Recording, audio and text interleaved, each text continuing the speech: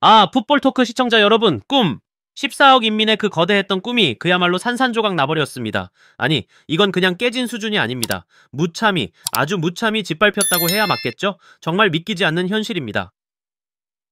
지금 우리가 이야기하는 것은 다른 무엇도 아닌 바로 중국 축구의 월드컵의 꿈입니다. 천문학적인 그야말로 상상조차 힘든 돈을 쏟아붓고 국가 전체의 거대한 야망을 양분 삼아 키워온 꿈이었습니다. 하지만 그 결과가 무엇입니까? 돌아온 것이 무엇이었냐는 말입니다. 결국 남은 것은 자국 팬들의 눈물, 배신감 섞인 분노, 그리고 끝없는 조롱뿐이었습니다. 오늘 우리는 단순히 한 경기의 패배를 이야기하려는 것이 아닙니다. 이건 훨씬 더 깊고 근본적인 문제입니다. 우리는 오늘 아주 시스템적인 붕괴, 이미 오래전부터 충분히 예견되었던 이 비극의 민낯을 속속들이 파헤쳐 볼 것입니다. 자, 지금부터 저와 함께 이 문제의 가장 깊숙한 곳, 그 뿌리까지 한번 제대로 파고 들어가 보시죠. 이 거대한 분노의 폭풍을 일으킨 도화선, 네, 바로 이 경기입니다. 바로 지난 6월 5일 자카르타에서 펼쳐진 원정 경기, 중국 대표팀이 인도네시아에게 0대1이라는 스코어로 무릎을 꿇었습니다. 시청자 여러분, 다시 한번 말씀드리지만 이것은 단순한 1패가 아닙니다. 이건 그야말로 역사에 기록될 지워지지 않을 치욕입니다. 왜냐고요? 그들이 마지막으로 인도네시아의 패배의 쓴맛을 본 게 언제인지 아십니까? 무려 38년 전 1987년의 일입니다. 38년. 세계를 향해 나아가겠다던 그 원대한 포부를 가졌던 팀이 거의 40년, 한 세대 가까이 패배한 적이 없던 상대에게 힘 한번 제대로 써보지 못하고 무너진 겁니다. 그것도 어떻게 졌습니까? 시종일관 무기력하고 영혼이 없는 듯한 절망적인 졸전 끝에 패배했습니다. 바로 이 패배가 중국 팬들의 마지막 인내심마저 끊어버린 결정적인 한 방이 된 것이고, 동시에 우리가 그들의 적나라한 민낯과 마주할 수 있는 창문을 활짝 열어젖힌 셈입니다. 자, 그렇다면 질문은 이겁니다. 대체 중국은 왜 이렇게까지 처참하게 무너졌는가? 그 해답은 바로 이 데이터 안에 있습니다. 축구 통계 전문 매체 에포트머비 제공한 절대로 거짓말을 하지 않는 이 숫자들을 통해 문제의 본질을 세 가지 관점에서 낱낱이 파헤쳐 보겠습니다. 첫째, 전술의 완전한 실패입니다. 이건 제 개인적인 의견이 아닙니다. 중국의 저명한 축구 해설가 잔쥔조차 공개적으로 인정했습니다. 브랑코 이반코비치 감독의 전술은 팀에 전혀 어울리지 않았다. 시청자 여러분, 이건 마치 몸에 맞지도 않는 옷을 억지로 입히려는 것과 같습니다. 선수들은 익숙하지 않은 움직임을 강요받고 경기장 위에서 길을 잃은 아이들처럼 헤매기 시작합니다. 이반코비치 감독은 팀의 특성을 전혀 고려하지 않은 전술을 들고 나왔고, 그 결과는 보시는 그대로입니다. 더욱 심각한 것은 특정 선수에게 과도한 책임을 지웠다는 점입니다. 기사에 따르면 수비형 미드필드의 왕샹위안에게 수비의 모든 짐을 떠넘겼다고 합니다. 여러분, 축구는 11명이 함께하는 스포츠입니다. 어떻게 단 한 명의 선수 어깨에 팀 전체의 수비를 맡길 수 있단 말입니까? 이건 팀을 운영하는 감독으로서 가장 기본적인 원칙을 망각한 겁니다. 감독과 선수가 한 방향을 보지 못하는 팀, 서로 다른 그림을 그리는 팀은 절대로 앞으로 나아갈 수 없습니다. 이건 기본 중의 기본, 축구의 A, B, C입니다. 첫 번째 단추부터 잘못 끼워진 겁니다. 둘째, 그리고 어쩌면 이게 훨씬 더 치명적인 문제입니다. 바로 선수 개개인의 기술적 역량, 그 명백한 한계입니다. 전술이 문제라면 감독을 바꾸면 해결될 여지라도 있겠죠. 하지만 이건 다릅니다. 자, 이 숫자들을 보시죠. 전체 슈팅 수, 중국 5, 인도네시아 13. 이게 말이 됩니까? 골을 넣어야 이기는 팀이 상대보다 슈팅을 절반도 때리지 못했습니다. 이건 공격 의지 자체가 없었다고밖에 볼 수 없습니다. 유효 슈팅, 중국 단 1개, 인도네시아 3개. 더 기가 막힌 사실입니다. 그 5번의 슈팅 중 골문 안으로 향한 것이 단 하나뿐이었다는 겁니다. 단 하나, 골대를 위협조차 하지 못하는데 어떻게 승리를 기대하겠습니까? 볼 경합 성공 46대 57, 드리블 성공률 33%대 47%. 이 수치들은 선수들의 투쟁심과 개인 기량을 그대로 보여줍니다. 경기장 곳곳에서 벌어진 1대1 싸움에서 전부 밀렸다는 뜻입니다. 창의적인 플레이, 수비를 무너뜨리는 저돌적인 움직임은 찾아볼 수조차 없었습니다. 자, 이렇게 기술로 상대를 이길 수 없을 때 그들은 무엇을 했습니까? 반칙입니다. 무려 16개의 반칙. 이건 거친 수비가 아닙니다. 이건 상대를 따라갈 수조차 없는 팀의 처절한 비명과도 같은 겁니다. 그들 스스로가 실력으로 안 된다는 것을 인정한 꼴이죠. 바로 이때 한 중국 팬이 남긴 이 한마디가 모든 것을 설명해 줍니다.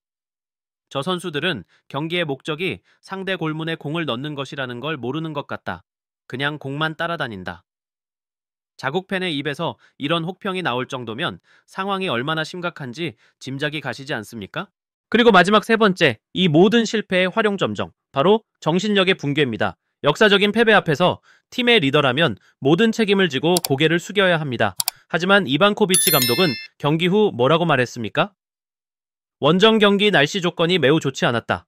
네? 날씨요? 제가 지금 제대로 들은 게 맞습니까? 날씨? 정말 믿기지 않아요. 지금 햇볕을 탓하는 겁니까? 아니면 바람을 탓하는 겁니까? 습도라도 핑계대고 싶은 건가요? 여러분, 이것은 단순히 서툰 변명이 아닙니다. 이건 팀 전체에 깊숙이 뿌리 박힌 패배주의의 상징입니다. 내 잘못이 아니다 라고 외치는 무책임함의 극치입니다. 전쟁터의 장수가 싸워보기도 전에 하늘을 탓하고 있는 것과 뭐가 다릅니까? 감독이 저런 태도를 보이는데 선수들이 어떻게 싸우겠습니까? 리더가 먼저 책임을 회피하는데 어떻게 선수들에게 투혼을 기대할 수 있겠습니까? 이미 지휘관부터가 정신적으로 항복을 선언한 겁니다. 이것이 바로 중국 축구가 스스로 무너진 마지막 이유입니다. 하지만 이렇게 쏟아지는 수많은 비난과 분노의 목소리들 속에서 순간 제 머리를 꽝 하고 내려치는 듯한 한 중국 팬의 댓글을 발견했습니다. 모든 복잡한 현상을 단 하나의 문장으로 관통해버리는, 그래서 오히려 더 고통스럽게 다가오는 아하의 순간이었죠. 바로 이 한마디였습니다. 과르디올라가 와도 똑같을 것이다. 시청자 여러분, 이 한마디에 담긴 그 지독한 절망감과 깊은 체념이 느껴지십니까? 이것은 더 이상 이반코비치 감독 한 명, 혹은 기량이 부족한 선수 몇몇의 문제가 아니라는 그들 스스로가 내뱉은 처절한 자기 고백입니다. 문제가 이미 손 쓸 수 없을 정도로 뿌리 깊숙이 박혀버려서 그들의 축구 시스템 자체가 속부터 완전히 썩어 문드러져서 세계 최고의 명장이라 불리는 펩 과르디올라가 온다 한들 결국엔 두 손 두 발 다 들게 될 것이라는 자조 섞인 인정인 겁니다. 바로 이 지점. 이것이야말로 이번 비극의 가장 핵심적인 전환점이자 심장부인 미드포인트입니다. 총체적인 무력감을 스스로 시인하고 문제가 자신들의 상상보다 훨씬 더 거대하고 심각하다는 것을 깨닫게 되는 바로 그 순간인 것이죠.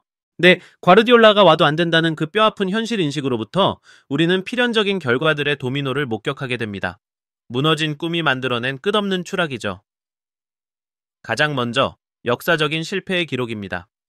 이번 탈락으로 중국은 2002년 한일 월드컵 이후 무려 6회 연속 월드컵 본선 진출에 실패했습니다. 강산이 두 번 바뀔 긴 시간 동안 그들은 세계 무대의 문턱조차 밟아보지 못한 겁니다. 심지어 이번 월드컵은 본선 진출국이 기존 32개국에서 48개국으로 대폭 늘어나지 않았습니까? 아시아에 배정된 티켓도 늘어나면서 신락 같은 희망이라도 품어볼 만했습니다. 하지만 그들에게 월드컵행 티켓은 그저 바라만 봐야 하는 그림의 떡일 뿐이었습니다. 문이 더 넓어졌지만 그 문을 통과할 힘 자체가 없었던 겁니다. 이러한 현실 앞에 그들의 SNS, 웨이보에는 좌절과 깊은 체념의 목소리가 강물처럼 넘쳐 흐릅니다. 수많은 목소리 중에서도 유독 한 팬이 남긴 이 글은 세대를 관통하는 아픔을 보여줍니다. 중국이 마지막으로 월드컵에 나간 게 내가 초등학교 6학년 때였는데 내 손주가 6학년쯤 되면 다시 나갈 수 있을지 모르겠다. 여러분, 이게 무슨 뜻이겠습니까? 한 사람의 축구 팬으로서의 꿈이 이제는 다음 세대, 그 다음 세대에게조차 물려줄 수 있을지 확신할 수 없는 그런 막막한 기다림이 되어버렸다는 겁니다. 한때는 뜨거운 열정이었을 그 기다림이 이제는 대를 이어가는 고통이 된 것입니다. 그리고 그들 예선 여정의 종착역은 어디였을까요? 바로 바레인과의 마지막 경기입니다. 하지만 이 경기는 아무런 의미가 없는, 기사에서 표현된 그대로 소모전에 불과했습니다. 양팀 모두 이미 탈락이 확정된 상태에서 치르는 그저 일정상 치러야 하는 경기였죠. 그들의 위대한 도전은 마지막까지 불꽃을 태우는 뜨거운 혈투가 아니라 그저 시간 때우기식의 경기로 허무하게 막을 내리게 된 겁니다. 이보다 더 공허하고 슬픈 결말이 또 있을까요? 자, 이제 모든 것을 종합해 보겠습니다. 이것은 한두 가지 문제가 얽힌 것이 아닙니다. 모든 면에서 완벽하게 실패한 그야말로 총체적 난국입니다. 전술은 경직되고 시대에 뒤떨어졌으며 완전히 실패했습니다. 기술은 냉정한 숫자가 증명하듯 상대에게 명백히 열세였습니다. 정신력은 팀의 수장부터가 책임 회피와 궁색한 변명으로 가득했습니다. 시스템은 우리가 확인했듯 이미 뿌리부터 완전히 썩어 있었습니다. 중국의 해설가 잔준이 말했던 그대로입니다. 이번 패배는 경험 부족, 기량 부족, 디테일 미숙의 복합적인 결과입니다. 하지만 여기에 저는 한마디를 더 단호히 덧붙이고 싶습니다. 이것은 단순히 실력의 문제가 아니라 거대한 환상의 붕괴입니다. 돈만 쏟아부으면, 막대한 자본만 투입하면 축구의 성공도 살 수 있다는 그 오만하고 그릇된 환상 말입니다. 아닙니다. 축구는 돈으로 영혼을 살 수 없습니다. 축구는 팀 고유의 색깔과 투지가 필요하며 무엇보다 하루아침에 만들어지지 않는 뿌리부터 체계적인 유소년 육성 시스템이 필요합니다. 그리고 지금의 중국 축구는 바로 그 모든 것을 놓치고 있습니다. 그들은 지금 절망의 가장 깊고 어두운 바닥에 서 있는 겁니다. 시청자 여러분, 오늘 우리가 타인의 실패를 이렇게 깊게 분석한 것은 결코 그들을 비웃거나 고소해하기 위함이 아닙니다. 오히려 이를 거울 삼아 우리 자신을 되돌아보고 우리가 지금 당연하게 누리고 있는 것들이 얼마나 소중한지 다시 한번 깨닫기 위함입니다. 그라운드 위에서 결코 포기하지 않는 우리 선수들의 강인한 투혼, 그들이 흘리는 정직한 땀방울과 멈추지 않는 노력을 우리는 더욱 가슴 깊이 새기게 됩니다. 그것이야말로 돈으로 살 수 없는 축구라는 스포츠의 진정한 가치이며 수많은 심장을 뛰게 만드는 힘입니다. 그것이야말로 우리의 자부심이자 우리의 자랑입니다. 이상 중국 축구의 비극에 대한 저 김준석의 분석이었습니다. 여러분은 이 문제에 대해 어떻게 생각하십니까? 가장 근본적인 원인은 무엇이라고 보시는지 여러분의 날카로운 생각을 아래 댓글로 자유롭게 남겨주세요. 오늘 영상이 흥미로우셨다면 좋아요와 구독, 그리고 알림 설정까지 잊지 마시고요. 그럼 저는 다음 시간에 더 뜨겁고 더 깊이 있는 풋볼 토크로 돌아오겠습니다. 안녕히 계십시오.